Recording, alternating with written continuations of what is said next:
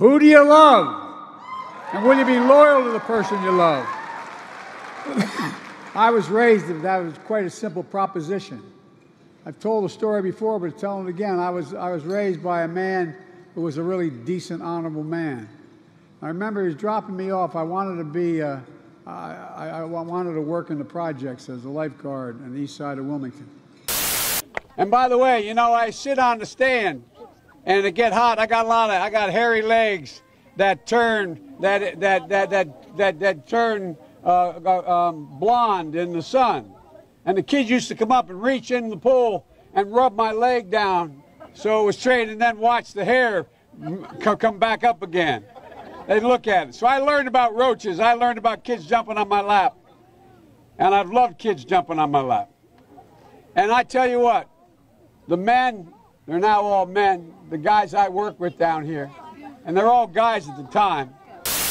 And he was dropping me off on his way to work at the city hall to go get an application to be a lifeguard there. And as I got out of the car at the four corners of the center of town, two men, turns out one going to the Brandywine, one was at work for the DuPont company, the other worked for Hercules company. This was back when I was a kid. And they leaned up and kissed one another. And I'd never seen that before. And I turned and looked at my dad, and he just looked at me and said, "Joey, it's simple. It's simple, Joey. They love one another. It's a simple proposition." I was raised by a dad who it was a real simple, basic issue. I remember getting out of a car when I was trying to be dropped off at the local city hall to get a job to be the only white employee in the east side of town, in the neighborhood, in the projects as a lifeguard. This was the diving board area, and I was one of the guards, and there weren't allowed to, there was a 3-meter board. And if you fell off sideways, you landed on the darn cement over there. And Corn Pop was a bad dude, and he ran a bunch of bad boys. As I got out, there were two guys in a corner in Rodney Square, they call it, which is the sort of corporate capital of the world. It's where the Chancery Court and all that is. And these two guys, well-dressed, this was back in 1960, probably 1963. And I'm revealing I'm almost as old as you.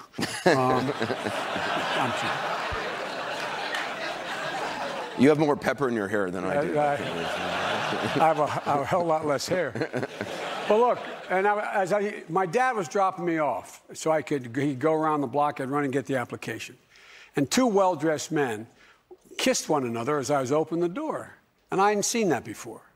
And I turned around, and one walked off to the DuPont building, one walked off to what used to be called the Hercules Corporation. And I looked at my dad, and he just looked at me and said, "It's simple, honey. They love each other. It's just basic. There's nothing complicated about it." That's how I was raised, for real.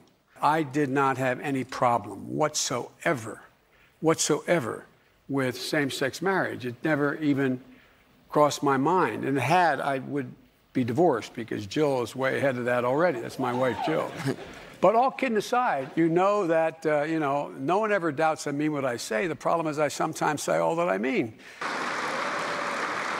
I mean it.